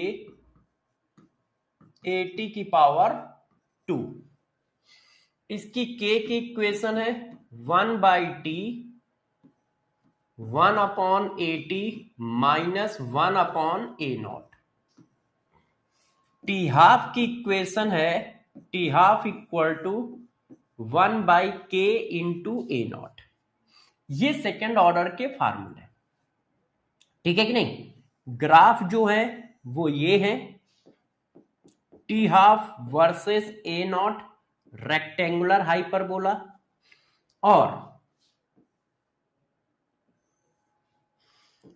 1/AT वर्सेस टी। यदि आप सबको याद है तो स्ट्रेट लाइन, इसमें से स्लोप जो होगा वो क्या होगा? इसका स्लोप क्या आएगा? ये इधर आया, ये उधर गया, टी के बराबर होगा, ठीक है? के बराबर होगा। ये बात आ गई हमारी सेकेंड ऑर्डर की। अब आ जाते हैं आर्रहीनियस इक्वेशन एक्टिवेशन एनर्जी पे। देखो इफेक्ट ऑफ टेम्परेचर में सबसे पहले हमने डिस्कस की एक्टिवेशन एनर्जी। तो एक्टिवेशन एनर्जी क्या होती है? सबसे पहले तो ये क्या होती है? Minimum required energy to achieve activation complex या threshold energy level. Threshold energy level तक पहुंचने में जो मिनिमम रिक्वायर्ड ऑफ एनर्जी होगी वो हमारी एक्टिवेशन एनर्जी है। इसका रिप्रेजेंटेशन कैसा है? ऐसा है, ठीक है? डेल्टा एच इक्वल टू कितना होता है? Activation energy of forward minus activation energy of backward. दूसरा, ठीक है, इसकी वैल्यू कैन नॉट जीरो, ना तो इसकी वैल्यू जीरो होगी और ना निगेटिव होगी। दूसरा, only depend upon temperature. Temperature पे डिपेंड करेगी थ्योरेटिकली, मतलब क्वेश्चन करते समय इसको आप इंडिपेंडेंट मान सकते हो, ठीक है? अगला, कैटलिस्ट डिक्रीज एक्टिवेशन एनर्जी।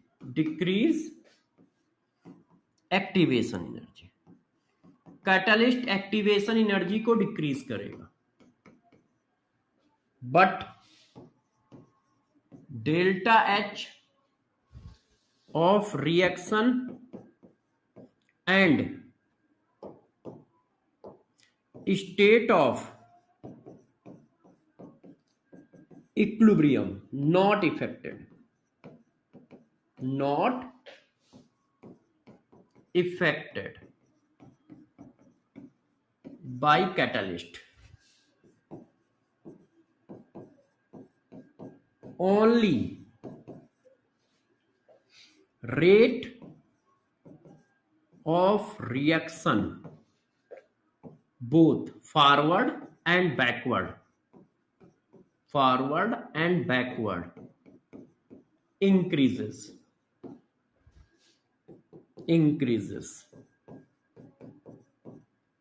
ये देखो, कैटलिस्ट जो है एक्टिवेशन एनर्जी को डिक्रीज करेगा, मगर delta H state of equilibrium पे कोई इफेक्ट नहीं आएगा। ये सिर्फ रेट ऑफ रिएक्शन को बढ़ाएगा फॉरवर्ड और बैकवर्ड दोनों साइड में, जिसकी वजह से इक्विलिब्रियम अचीव टाइम डिक्रीज हो जाएगा।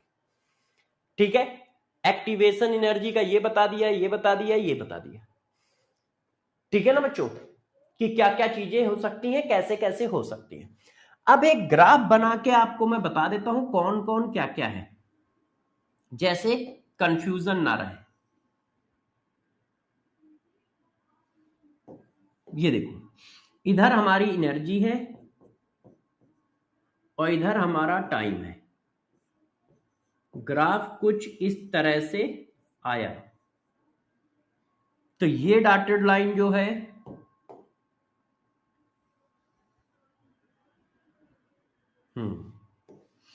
ये हो गया हमारा थ्रेशोल्ड एनर्जी लेवल, ये हो गई एक्टिवेशन एनर्जी ऑफ फॉरवर्ड, ये हो गई एक्टिवेशन एनर्जी ऑफ बैकवर्ड, और इन दोनों का जो डिफरेंस है वो हो गया डेल्टा एच। ये देखिए, वो हो गया डेल्टा एच। ये इतनी देर में हम लोगों ने जो किया है वो ये है। ये देखो, सब कुछ बता भी दिया है, लिख भी दिया है। आर्हेनियस इक्वेशन की डिटेल कल करेंगे। क्यों? अभी आर्हेनियस इक्वेशन के बारे में कुछ नहीं पढ़ा है, बस वो लिख दिया था मैंने।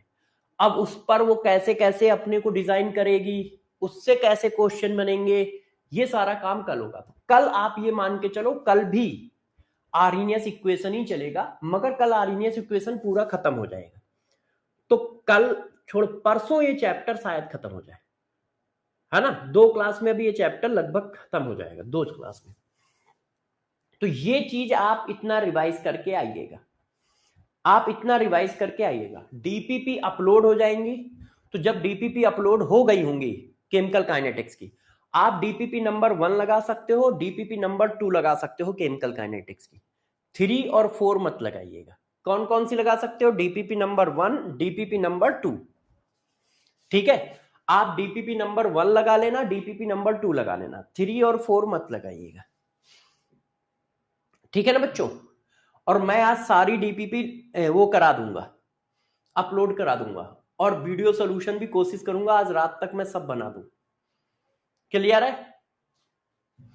क्लियर है सब लोगों को? ठीक है, यस।